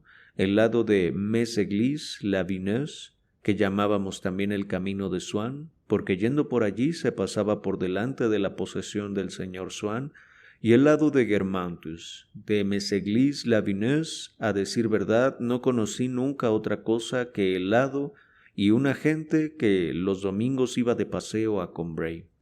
Gente que esta vez ni nosotros ni siquiera mi tía conocíamos, y que por eso eran consideradas como gente que habrá venido de Méséglise.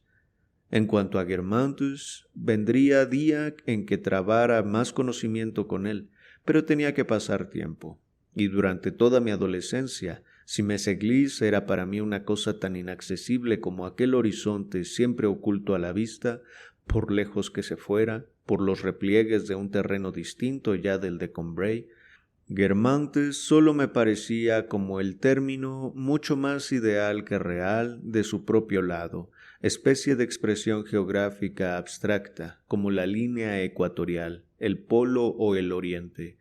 Así que tirar por Guermantes para ir a Méséglise o al contrario, se me figuraba expresión tan desprovista de sentido como tirar por el este para ir al oeste.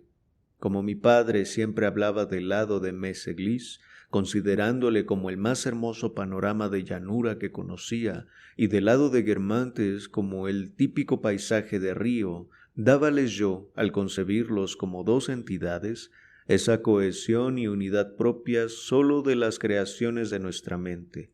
La mínima parcela de ellos me parecía preciosa y expresiva de su particular excelencia, y comparados con ellos, los caminos puramente materiales que había para llegar al suelo sagrado de cualquiera de ambos, y en medio de cuyos caminos estaban posados en calidad de ideal, de panorama de llanura e ideal de paisaje de río, no merecían la pena de ser mirados con mayor atención que la que pone el espectador enamorado de dramas en las calles que llevan al teatro. Pero sobre todo interponía yo entre uno y otro algo más que sus distancias kilométricas, la distancia existente entre las 2 partes de mi cerebro con que pensaba en ellos, una de esas distancias de dentro del espíritu que no solo alejan, sino que separan y colocan en distinto plano. Y esa demarcación era más absoluta todavía, porque nuestra costumbre de no ir nunca en un mismo día por los dos lados en un solo paseo, sino una vez por el lado de Méséglise y otra por el lado de Guermantes, los encerraba, por así decirlo, lejos uno de otro, y sin poderse conocer, en los vasos herméticos e incomunicables de tardes distintas. Cuando queríamos ir por el lado de Méséglise, salíamos, no muy temprano y aunque estuviera nublado, porque el paseo no era muy largo y no nos llevaba muy lejos, como para ir a cualquier parte, por la puerta principal de la casa de mi tía a la calle del Espíritu Santo. El armero nos daba las buenas tardes, echábamos las cartas al buzón, decíamos de paso a Teodoro de parte de Francisca que ya no le quedaba aceite o café, y salíamos del pueblo por el camino que va a lo largo de la valla blanca del parque del señor Swann. Antes de llegar allí nos encontrábamos, porque salía al encuentro de los extraños, el olor de las lilas. Y luego las mismas lilas de entre los verdes corazoncitos de sus hojas alzaban curiosamente por encima de la valla del parque sus penachos de plumas malvas o blancas, abrillantadas aún en la sombra por el sol en que se habían bañado, algunas medio ocultas por la casita con techumbre de tejas, llamada Casa de los Arqueros, y que servía de vivienda al jardinero. Asomaban por encima del gótico pináculo su minarete rosa. Las ninfas de la primavera parecían vulgares puestas junto a estas huríes, que en un jardín francés conservaban los tonos brillantes y puros de las miniaturas persas. A pesar de mi deseo de abrazar su flexible cintura y acercar a mi rostro los estrellados bucles de sus cabecitas fragantes, pasábamos sin pararnos, porque mis padres no iban a Tansonville desde la boda de Swann, y para que no pareciera que queríamos curiosear, en vez de tomar el camino que bordea la valla y que sube derechamente al campo, tomábamos otro que sale al campo también, pero oblicuamente, y que nos hacía desembocar mucho más allá. Un día mi abuelo dijo a mi padre: «Ya os acordaréis de que Swann dijo que como su mujer y su hija se iban a Reims, iba a aprovecharse para pasar 24 horas en París, de modo que, ya que las señoras no están ahí, podemos ir por junto al parque, y así cortaríamos». Nos paramos un momento delante de la valla. El tiempo de las lilas tocaba a su fin. Algunas había aún que expandían en altas arañas malvas las delicadas burbujas de sus flores, pero en mucha parte del follaje, donde una semana antes reventaba su embalsamado musgo, ahora se marchitaba, empequeñecida y negruzca, una hueca espuma seca y sin aroma. Mi abuelo enseñaba a mi padre lo que en aquellos sitios había cambiado, y lo que estaba igual, desde el paseo aquel que dio con el señor Swann. Padre, el día de la muerte de su mujer, y que aprovechaba la ocasión para volver a contar otra vez aquel paseo. Ante nosotros, un paseo con 2 filas de capuchinas a los lados subía en pleno sol hacia el castillo. A la derecha el parque, por el contrario, se dilataba en terreno llano, sombreado por los añosos árboles que le rodeaban. Había un estanque que mandaron hacer los padres de Swann, pero en sus más ficticias creaciones el hombre trabajaba siempre sobre la base de la naturaleza. Hay lugares que siempre imponen en torno suyo su particular imperio y arbolan sus inmemoriales insignias en medio de un parque como las arbolarían lejos de toda intervención humana, en una soledad que también viene hasta aquí a rodearlos, surgida de la necesidad de su exposición y superpuesta a la obra del hombre. Y así al pie del paseo que dominaba el estanque artificial se formó con 2 bandas tejidas con flores de miosotis y vincapervincas la corona natural, delicada y azul que ciñe la frente claroscura de las aguas, y así también el gladiolo, dejando doblegarse sus espadas con regio abandono, extendía por encima del eupatorio y del ranúnculo los destrozados lirios, violetas y amarillos de su cetro lacustre. La marcha de la hija de Swann, que a mí, al quitarme la terrible posibilidad de que la chiquilla privilegiada que tenía amistad con Bergot e iba con él a ver catedrales, asomara por un paseo, me conociera y me despreciara, Me hacía mirar indiferentemente Tansonville, aquella primera vez en que me era dado contemplarlo con libertad.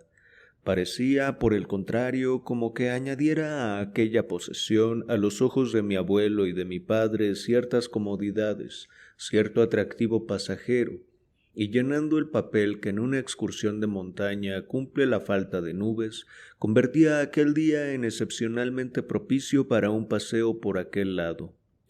Hubiera sido mi deseo que fracasaran sus cálculos, que un milagro trajera a la señorita de Swan y a su padre tan cerca de nosotros que no pudiéramos evadirnos, y nos presentaran sin poderlo remediar.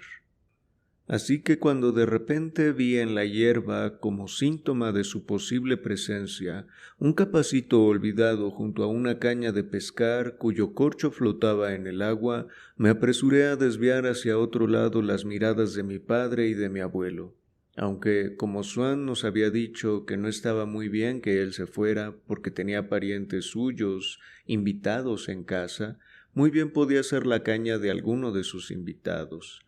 No se oía por los paseos ningún rumor de pasos. A media altura de un árbol indeterminado, un pájaro invisible, ingeniándose en hacer más corto el día, exploraba con una prolongada nota la soledad circundante. Pero dábale ésta una réplica tan unánime, le devolvía un golpe tan redoblado de silencio e inmovilidad, que se hubiera dicho como si no lograra más que detener para siempre aquel mismo instante que intentaba ser más rápidamente pasajero.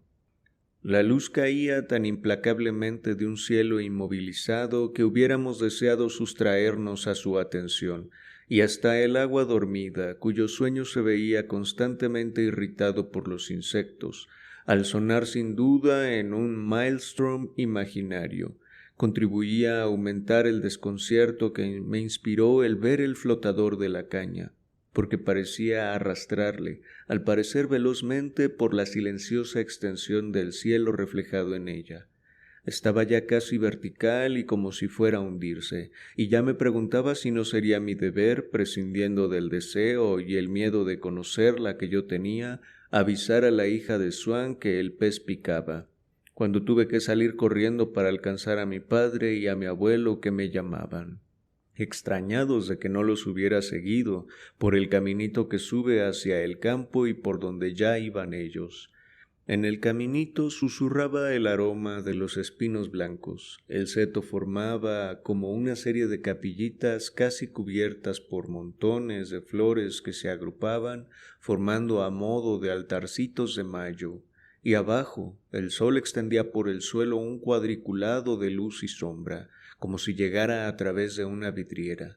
El olor difundíase tan untuosamente, tan delimitado en su forma, como si me encontrara delante del altar de la Virgen, y las flores así ataviadas sostenían con distraído ademán su brillante ramo de estambres, finas y radiantes molduras de estilo florido como las que en la iglesia calaban la rampa del coro o los bastidores de las vidrieras, abriendo su blanca carne de flor de fresa. Qué aldeanotes y sencillos habrían de parecer a su lado los escaramujos que, unas semanas más tarde, subirían también por aquel rústico camino a pleno sol con sus rojos corpiños de seda lisa que se deshacen con un soplo. Pero de nada me servía quedarme parado delante de los espinos, respirando su olor invisible y fijo, presentándosele a mi pensamiento que no sabía lo que hacer con él, perdiéndole y volviendo a encontrarle, entregándome al ritmo que lanzaba sus flores, ya a un lado, ya a otro, con gozo juvenil e intervalos inesperados, como algunos intervalos musicales. Ofrecíame indefinidamente la misma seducción, con profusión inagotable, pero sin dejarme ahondar más adentro, como esas melodías que se cantan y se cantan sin penetrar nunca su secreto. Íbame de su lado un momento para tornar a ellas con fuerzas frescas. Perseguía en el talud, que por detrás del seto sube casi vertical hacia el campo, a alguna amapola extraviada, a algún asiano rezagado, que decoraban la escarpa con sus flores como la orla de un tapiz donde aparece diseminado el tema rústico que luego triunfará en todo el paño. Unas cuantas solo, espaciadas como esas casas aisladas que ya anuncian la proximidad de un poblado. Me anunciaban la vasta extensión donde estallan los trigos y se rizan las nubes, y una sola amapola que izaba en lo alto de sus jarcias y entregaba al azote del viento su llama roja, por encima de su boya negra y grasa. Me aceleraba el latir del corazón, como el viajero que al ver en un terreno bajo la primera barca varada que está arreglando un calafate, grita «el mar», antes de ver el agua. Luego me volvía a los espinos como se vuelve a esas obras maestras, creyendo que se las va a ver mejor después de estar un rato sin mirarlas. Pero de nada me servía hacerme una pantalla con las manos para no ver otra cosa, porque el sentimiento que en mí despertaban seguía siendo oscuro e indefinido, sin poderse desprender de mí para ir a unirse a las flores, las cuales no me ayudaban a aclarar mis sentimientos sin que yo pudiera pedir a otras flores que los satisficieran. Entonces, entregándome a esa alegría que se siente al ver una obra de nuestro pintor favorito que difiere de las que conocemos, o cuando nos ponen delante un cuadro que solo habíamos visto antes esbozado en lápiz, o si un trozo oído en piano se nos aparece revestido de la coloración orquestal, mi abuelo me llamaba y señalándome el seto de Tansonville me decía: «Mira, tú, que tanto te gustan los espinos, mira ese espino rosa, qué bonito es». Y en efecto era un espino, pero de color rosa y aún más hermoso que los blancos. También estaba vestido de fiesta religiosa, las únicas festividades verdaderas, porque no hay un capricho contingente que las aplique como las fiestas mundanas a un día cualquiera, que no está especialmente consagrado a ellas y que nada tiene de esencialmente festivo, pero más ricamente vestido, porque las flores pegadas a la rama, unas encima de otras, sin dejar ningún hueco sin decorar, como los pompones que adornan los callados de estilo rococó, eran de color y por consiguiente de calidad superior, según la estética de Combray y a juzgar por la escala de precios de la tienda de la plaza, o de casa de Camus, donde los dulces de color de rosa costaban más caros.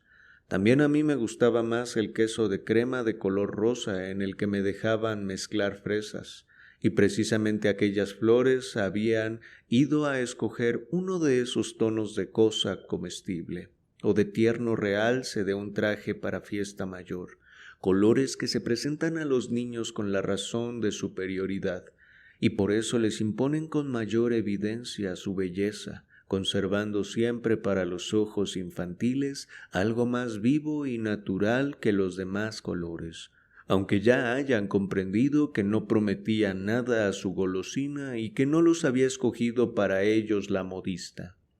Y yo, en verdad, enseguida tuve la sensación, lo mismo que delante de los espinos blancos, pero aún con mayor asombro, de que la intención de festividad no estaba traducida en aquellas flores de modo ficticio y por un arte de industria humana, sino que era la naturaleza misma, la que espontáneamente le había dado expresión con la sencillez de una comercianta de pueblo que trabajaba en un altarcito del Corpus, recargando el arbusto con sus rositas sobremanera tiernas y de un carácter de Pompadour de provincia. En lo alto de las ramas, como otros tantos tiestecillos de rosales revestidos de papel picado, de esos que en las fiestas mayores adornaban el altar con sus delgados husos, pululaban 1000 capullitos de tono más pálido, que entreabriéndose dejaban ver como en el fondo de una copa de mármol rosa ágatas sangrientas y delataban aún más claramente que las flores la esencia particular e irresistible del espino, que dondequiera que eche brote o florezca, no sabía hacerlo más que con color de rosa, intercalado en el seto, pero diferenciándose de él, como una jovencita en traje de fiesta entre personas deseadas que se quedarán en casa, ya preparado para el mes de María del que parecía estar participando, brillaba sonriente, con su fresco vestido de rosa, el arbusto católico y delicioso. El seto dejaba ver en el interior del parque un paseo que tenía a los lados jazmines, pensamientos y verbenas entremezcladas con alelíes que abrían su fresca bolsa, de un rosa fragante y pasado como cuero de Córdoba. En la arena del centro del paseo, una manga de riego, pintada de verde, iba serpeando, y en los sitios donde tenía agujeros lanzaba por encima de las flores, cuyo aroma impregnaba con su frescura el abanico vertical y prismático de sus gotillas multicolores. De repente me paré sin poder moverme, como sucede cuando vemos algo que no solo va dirigido a nuestro mirar, sino que requiere más profundas percepciones y se adueña de nuestro ser entero. Una chica de un rubio rojizo, que al parecer volvía de paseo, y que llevaba en la mano una azada de jardín, nos miraba alzando el rostro, salpicado de manchitas de color de rosa. Le brillaban mucho los negros ojos, y como yo no sabía entonces, ni he llegado luego a saberlo, reducir a sus elementos objetivos una impresión fuerte, como no tenía bastante de eso que se llama espíritu de observación, para poder aislar la noción de su color, por mucho tiempo, cuando pensé en ella, el recuerdo del brillo de sus ojos se me presentaba como de vivísimo azul porque era rubia, de modo que quizá, si no hubiera tenido ojos tan negros, cosa que tanto sorprendía al verla por vez primera, no me hubieran enamorado en ella tanto como me enamoraron, y más que nada sus ojos azules. Dejaremos la lectura en este punto el día de hoy. Continuaremos en el siguiente video con el fragmento final del capítulo 2. Espero que hayan disfrutado de este video. Nos vemos pronto.